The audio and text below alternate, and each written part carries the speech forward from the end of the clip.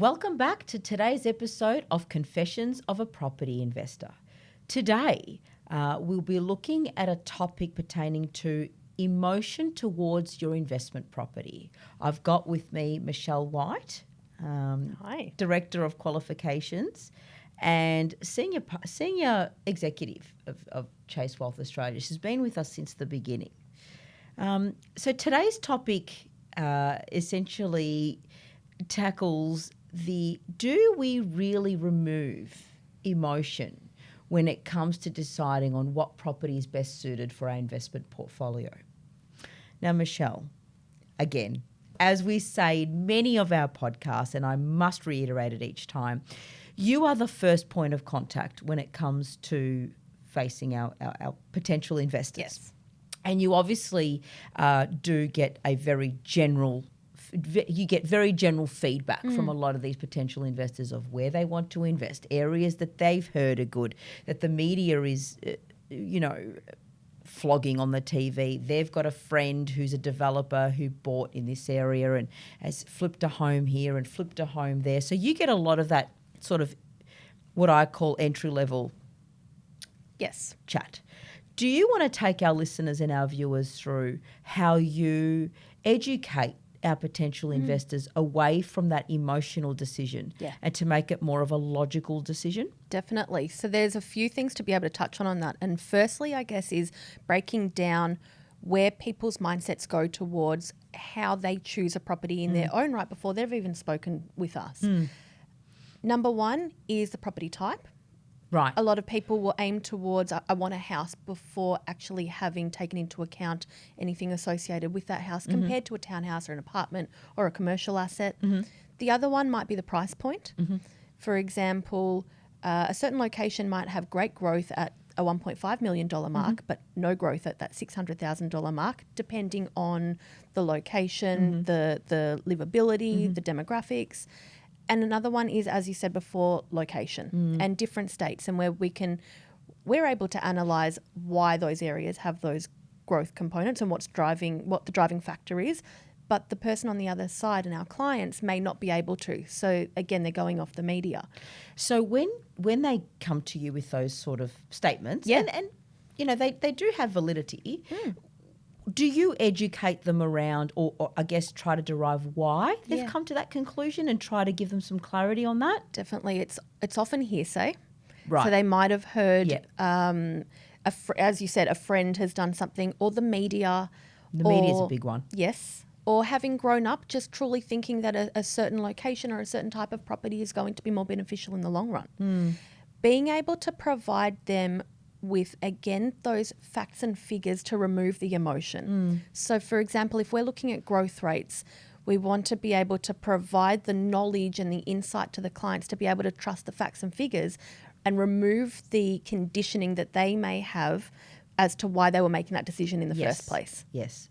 And I guess it's something that even when they come through to me for their strategy, there is a lot of emotion that by the time they've seen you and they come to me, they've jumped online and they've had a look at where they feel they want to invest. And they've told family and friends, we're going to go see this mob, Chase Wealth Australia, and we're going to buy an investment property. Oh, well, don't buy here. And, the know-it-alls come in. But I find that the reality, because this is a confessional, you can't fully remove the emotion when it comes to an investment property. True.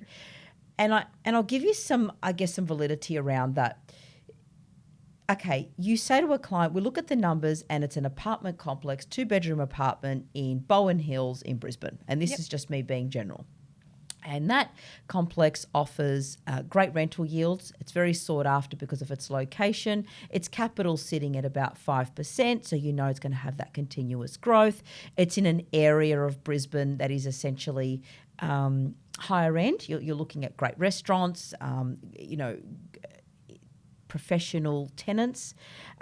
You've got a very close proximity to public transport and bars and clubs and that nightlife's there. So you're going to attract a certain type of tenant. So we do all of that, and I will present it to a client, and again, exactly with a dwelling type, they'll come back and say, I don't want an apartment. What I do then is I break them down and ask them why. and they can never actually give me a legitimate reason as to why. No. So then I educate them as to the reasons why, and maybe the why not of house and land, or house at that point.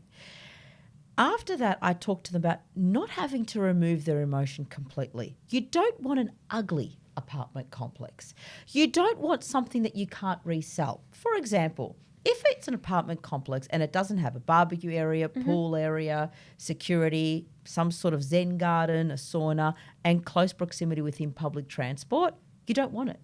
So it can't be an ugly dwelling, okay? It can't be a dwelling that part of them may not want to live in, but would think, hey, that actually, Yes. it presents quite well. I would potentially buy it if I had to. So there always is going to be emotion attached to the dwelling or to the property, but the logic and numerical factors must outweigh that emotion. Yes.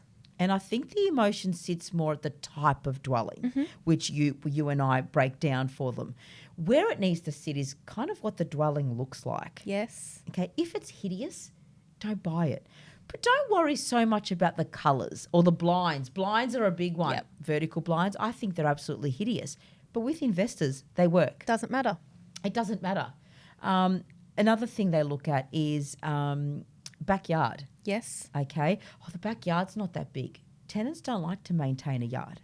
And you also, as a landlord, don't want the extra cost and maintenance of having to continue outlaying funds to keep that maintenance up. Correct, because your tenants really, they're not going to do it. A lot don't care. A lot don't care. So, yes, realistically, we do add some emotion to the allocation of the type of property that suits our investors. 10% out of 100. 90% is all the checkpoints that we go through to determine whether it is a great area to invest in, whether an apartment is best suited. Bowen Hills, apartments are best suited. Areas that are more regional, like you've got your Capalabas, you've got your Thornlands, out west of Brisbane, out towards sort of Redlands Bay and that, I would probably allocate a townhouse. Areas where you go north of Brisbane, I like to look at house and land packages there. Yeah. Because you've got that demographic that prefer to live in a house. Yes. The renters. Yes. So it varies each and every time. It does, and it takes into account the lifestyle of that location as well. Yes. And the demographic and the socioeconomics of that location Correct. too, and the ongoing expenses and costs associated with that property. Yeah. And so each and every situation is looked at so independently, and that's, I guess, the message that we work really hard to be able to get across, that it is a case-by-case situation. It is. And look, to everyone out there, do not get that emotionally hung up on your investment. Look at it as a business. Keep that always in the forefront of your mindset. It is a business at the end of the day. And that business will guarantee make you a return. What we're actually investing in, like People's Super, they've got no idea what they're investing in. At least with a property, you know what you're investing in. Yes. Don't worry aesthetically about it too much. Leave that to us, okay? The numbers that we give you are going to be the ones that you will see. And you may not see them straight away. You will see them throughout your journey. Again, it is long term. But don't get so hung up on the emotions of what the dwelling is and what it looks like. That's going to be the end of you. Your stress levels are going to rise. Your blood pressure is going to rise. You're going to get so stressed out about it, really, and you're forgetting the most important thing, the numbers. Absolutely. And the why are you doing this? Yes. That's another thing. Remember what you told Michelle in the beginning? Why am I doing this? Why am I? Because retirement, for generational wealth, all the reasons you give us in the beginning, don't forget them. Or because it's an apartment and not a house. Well, that's it, Yeah. So I guess with that in tow, unless, Michelle, you've got anything to add, which you always do, is there anything at all you wanted to sort of add on to this? Kath, you've really said it very, very well. I don't think there's any more that we can add. Location is something that we delve into significantly. The type of asset or dwelling is very important. The emotion should be behind the driving factor as to why you're investing. Yes. That's where the emotion should be. Yes. Put it there. Yeah. Channel it there. Yeah. Yeah. Stop giving us a hard time about the asset we pick for you. Otherwise, we just won't see you. It's been done That's the before. truth. Yeah, it's been done before. Yeah. Thank you so much, everyone, for joining this episode of Confessions of a Property Investor. We really, really love doing these. And you know what? Tell all your friends and family as well, because these are going to get deeper. They're going to get better as we go along. And we're just loving doing them. Thank Right you. here with you. Yeah. See you next time. See you Take care. guys. Bye.